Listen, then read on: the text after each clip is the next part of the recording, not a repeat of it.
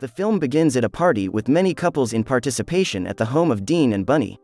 The spouses are playing a game where they adjust a plate with a glass of alcohol on their heads, and Bunny closes up the champ. Another couple, Alice and Jack, sneak out and go for a drive where they donuts Jack's car. The next morning, Alice prepares breakfast for Jack, and the two appear to have a picture-perfect relationship.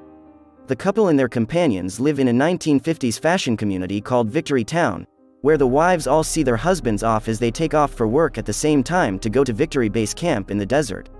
Their jobs are supposedly to work in technology. After leaving Jack, Alice remains home while investing time with Bunny and other wives. Then Alice and other wives goes to a dance class instructed by Shelley, wife of Frank, originator of the Victory Project. There, they welcome a lady named Violet, whose husband Bill has also joined the other men to work at HQ. The next day, everybody in the community goes to Frank and Shelley's home as they host a party and examine the another step in their Victory Project. One lady, Margaret, speaks up and says that they are not supposed to be there. Her husband Ted pulls her away before she starts to form a scene. Other ladies' conversation around Margaret being disturbed as she walked her child out into the desert, and he vanished, with Margaret claiming that he was taken from her before she was recouped. Alice goes back into the house during the party, where Jack finds her and begins kissing her. Frank unobtrusively walks into the room and observes them having sex, but Jack doesn't notice and Frank leaves without saying anything. Alice afterward takes a trolley out of town and into the desert.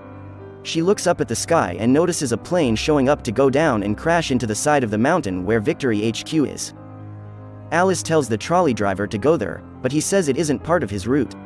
Then Alice continues on foot and goes up the mountain, where she doesn't discover a plane but instead shows up to discover a mirror. When she touches it, she sees frequenting visuals of drops of blood and ladies dancing in synchronization, in conjunction with hearing Frank's voice. Alice wakes up back in her room, with Jack saying she was home when he returned and was there for hours, in spite of the fact that Alice has no memory of making it back home. The another morning, Alice gets a phone call from Margaret, who inquires her about the plane that she saw.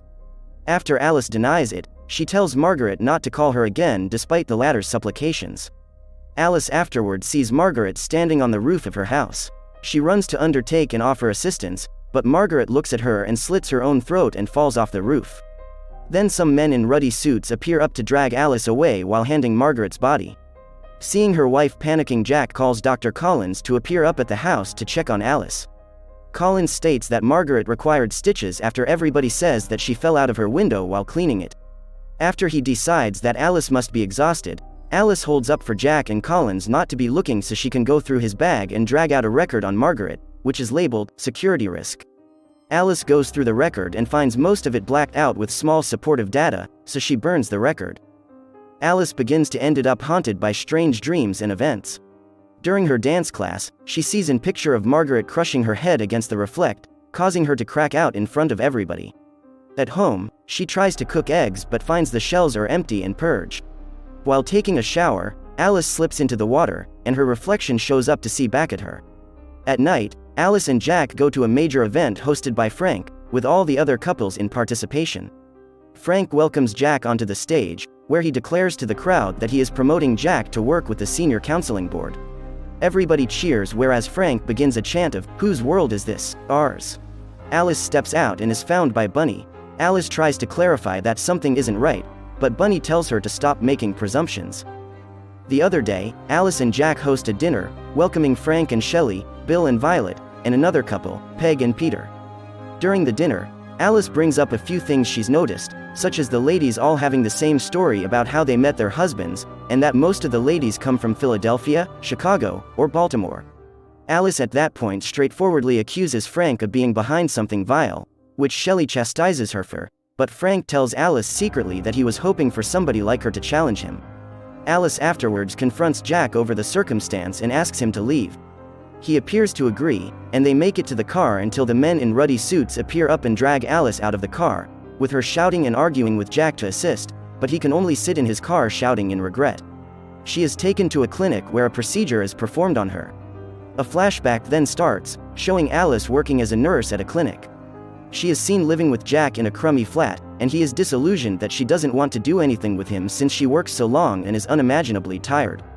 Jack listens to Frank's motivational speeches and is first motivated to join the Victory Project, which it turns out could be a virtual reenactment that the husbands utilized to keep their wives caught to serve their needs and wants. When Alice touched the reflect, she was waking herself up until Jack made it so that she may stay there. He lays next to her while his own intellect is connected to Victory. Back inside Victory, Alice returns after apparently being healed by the doctors. However, Alice argues with Jack once more, who says he did all of this for her, indeed in spite of the fact that she was Substance living her own life of her own office in the real world. He holds on to her, and in a struggle to break free, Alice crushes an alcohol glass over Jack's head, slaughtering him in Victory and in the real world. The higher-ups are alerted to this, and things in the community start to go haywire, such as the road bulbs bursting suddenly. Bunny tells Alice that she knew the truth all along, which even her claim kids aren't real. So she empowers her to take Dean's car and drive to HQ to put in conclusion to things. Alice then drives out into the desert, with the ruddy suits chasing after her. Collins pursues as well, but Alice hits the brakes and causes Collins to collide with a few of the ruddy suits, killing them all. More cars start to give chase until Alice makes it to the mountain. In the meantime, Frank learns of Alice's deeds, inciting Shelley to wound him in the intestine. She says he messed everything up for failing to keep this contained, and she pronounces, "It's my turn now." Alice gets the car stuck on the side of the mountain, blocking the way upwards.